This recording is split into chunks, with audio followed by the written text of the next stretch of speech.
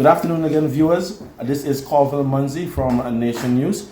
I am here this afternoon with Minister of Education in St Vincent and the Grenadines, Minister Curtis King, and we are going to try to explore how education is going to function during this situation with the Soufriere eruptions, how they are going to function, especially given the context of this happening within a social COVID-19 pandemic.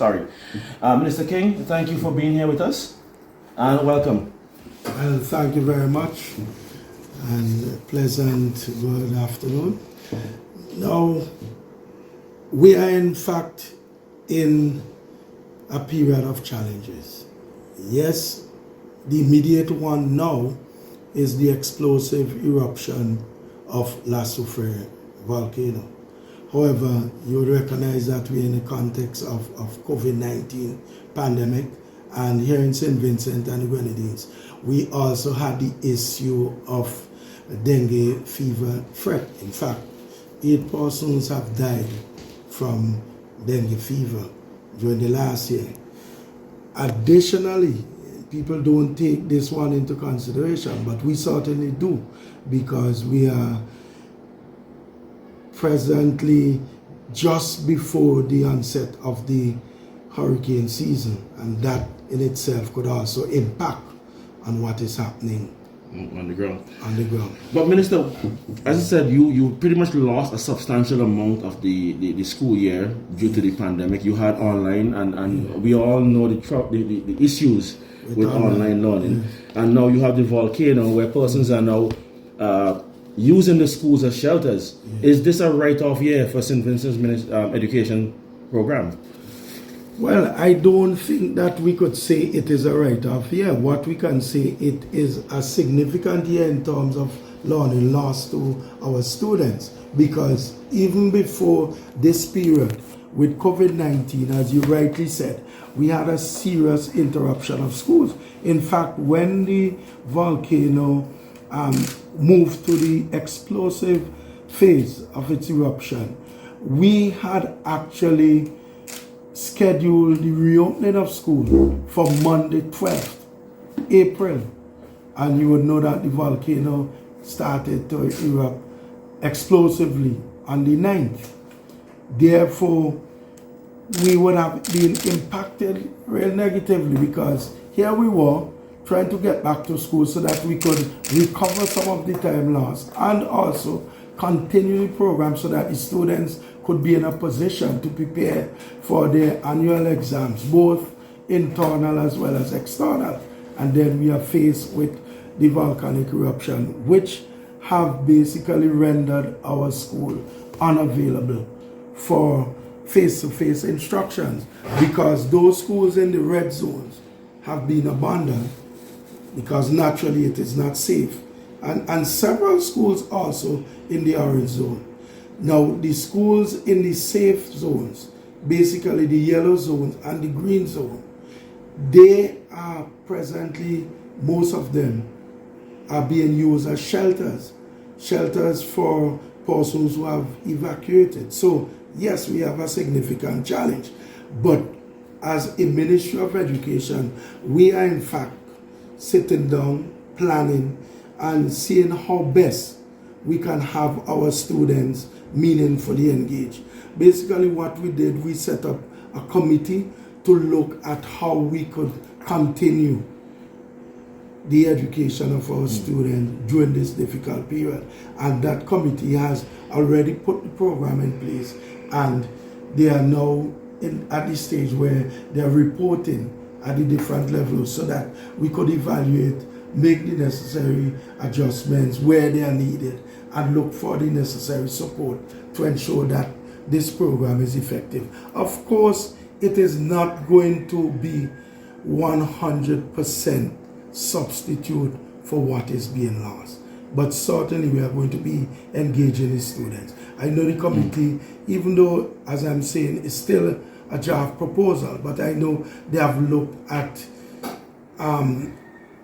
employing, or if you like, implementing this program to bands of students. So you have the kindergarten to about grade 2, you have the grade 3 to about grade 5, and then you have the grade 6 by themselves because they are in an exam year. The grade 6 is where we do our exams that would take you on to secondary schools. Also, you have the secondary schools. So you're looking at it, and of course, special education as a separate and important component. So that these bands, the program is geared specifically towards their own individual needs.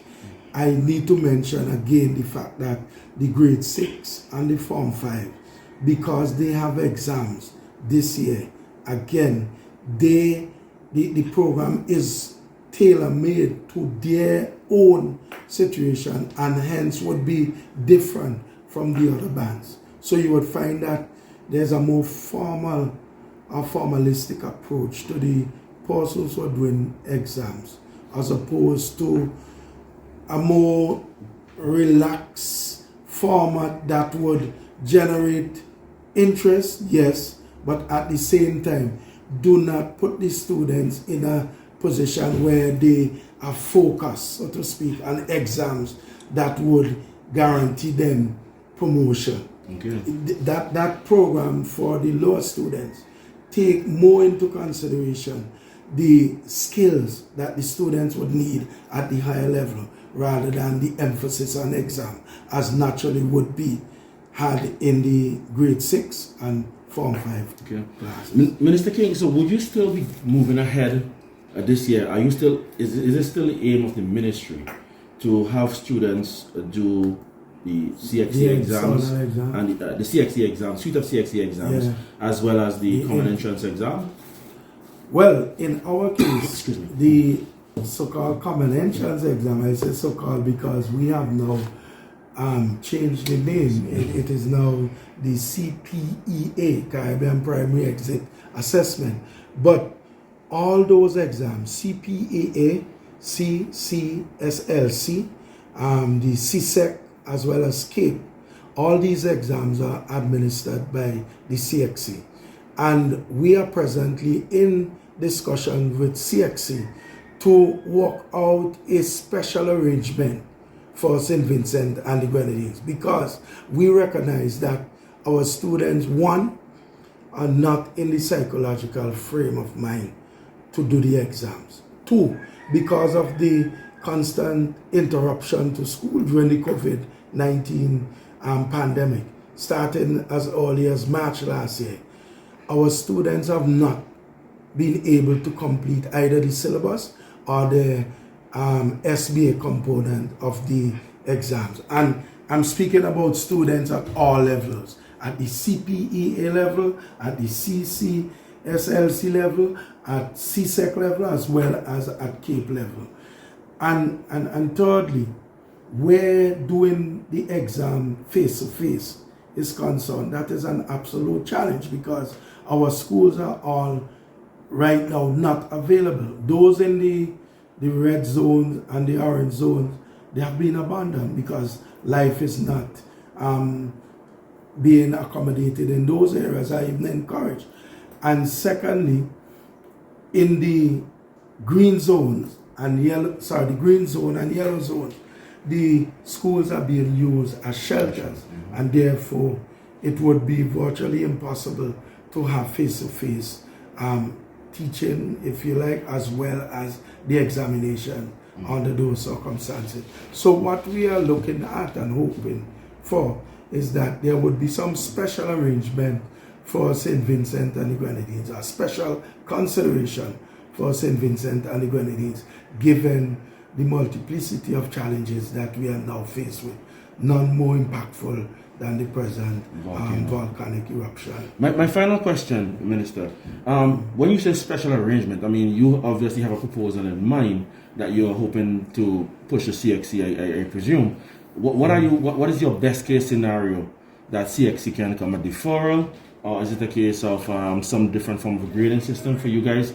What is the option? What is the proposal that you're pushing forward at the moment? Well, as I'm saying, we are in negotiation, so it would not be appropriate for me to go into any details regarding these proposals. What I can say, we have precedent in the sense that not too long ago, an ex-member country was affected by a hurricane, and special considerations were given to that country, and we are hoping that the same, we are asking for the same level of special consideration to St Vincent and the Grenadines.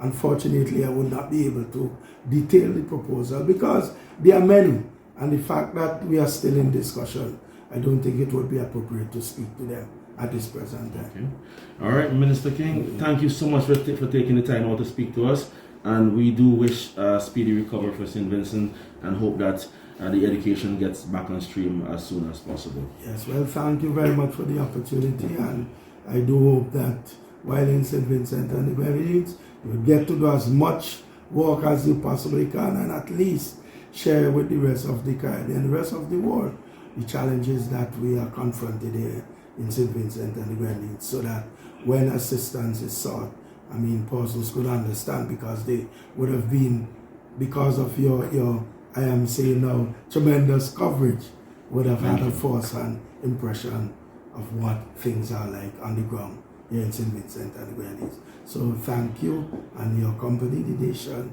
and Broadcast Nation News Publishers, for your effort. Thank you very much.